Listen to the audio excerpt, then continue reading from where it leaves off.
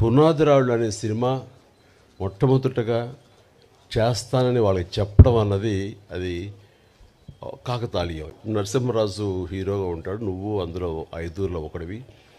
అక్కడికి వెళ్ళిన తర్వాత నెమ్మదిగా ట్రైన్ ఎక్కి రాజమండ్రి వెళ్తుంటే షూటింగ్ సమయంలో నువ్వెవరితో యాక్ట్ చేస్తున్నావో తెలుసా అన్నారు. తెలీదు. మహానటి సావిత్రి గారు ఉన్నారు, ఆవిడ కాంబినేషన్ నటి సరదాగా చిరంజీవి డ్యాన్స్ ఏమయ్యా అన్నాడు.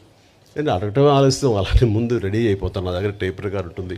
అప్పట్లో బోనియమ్మనో లేకపోతే ఇలాంటి కొన్ని అబ్బా ఇలాంటి కొన్ని ఇవి ఉన్నాయి, ఇంగ్లీష్ నెంబర్స్. అనగా ఆ జల్లుకి నా కాలు జారి గబుక్కుని కింద స్లిప్ పడిపోయాను. పడినవాడిని ఆగకుండా అక్కడ నాగుపాము డాన్స్ లాగా చేస్తూ ఏదో అలా చేస్తే దూషించి నాకు చాలా బాగా నచ్చావయ్యా అంటూ దగ్గర తీసుకుని ఆవిడ నా భవిష్యత్తులో మంచి యాక్టర్ అవుతావు అని అన్న మాట